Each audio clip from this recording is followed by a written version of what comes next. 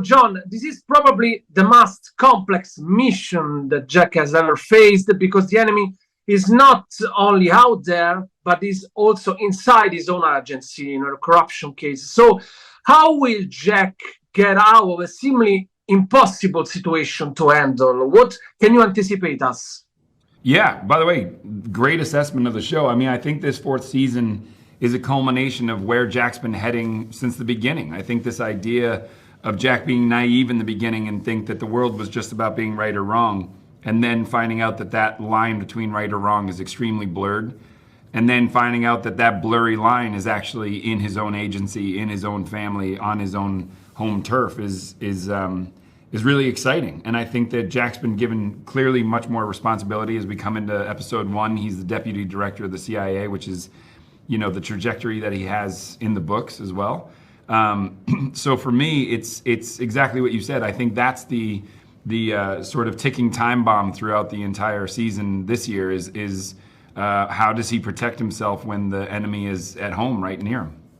Oh yeah, I think it's important for the authenticity to show that a lot of intelligence officers, that the best intelligence officers are those who follow their instincts and understand how to bring someone in as an asset, also understand what they're fighting to protect.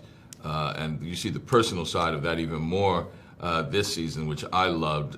You see the interaction with family. That was something that during our research we realized was important to the officers in their work, the real life intelligence officers, that they were working for, you know, family and something that was important and personal to them.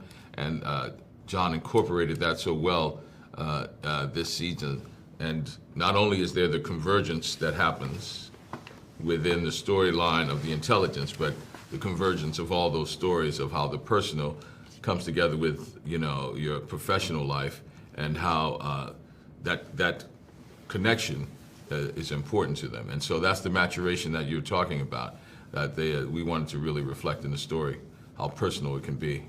You know, I feel incredibly satisfied with the work that we've done. I feel like we've left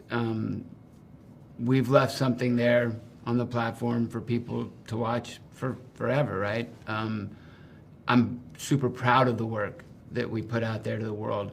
I think the writing and the acting and everything is, you know, I love the show. I'm a big fan.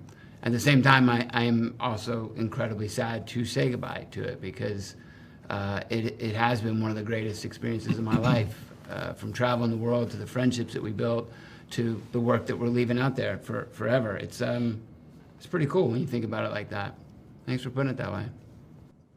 Why this fourth and final season of Jack Ryan will only have 6 episodes instead of 8 as the other seasons? We're tired. No, it really is.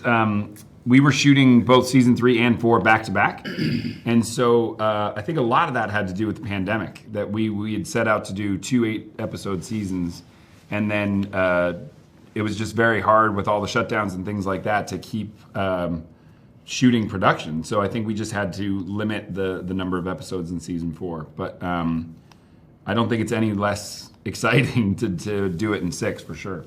Yeah, and the story really, the story of season 4 really plays out perfectly in the 6 episodes, and plays out perfectly the way that they're dropping it at 2 at a time, because they're like these little standalone movies almost. And sometimes I think that people would, you know, be like, well, we have a 13 episode order, we're going to give them 13 episodes and they'll drag a story out.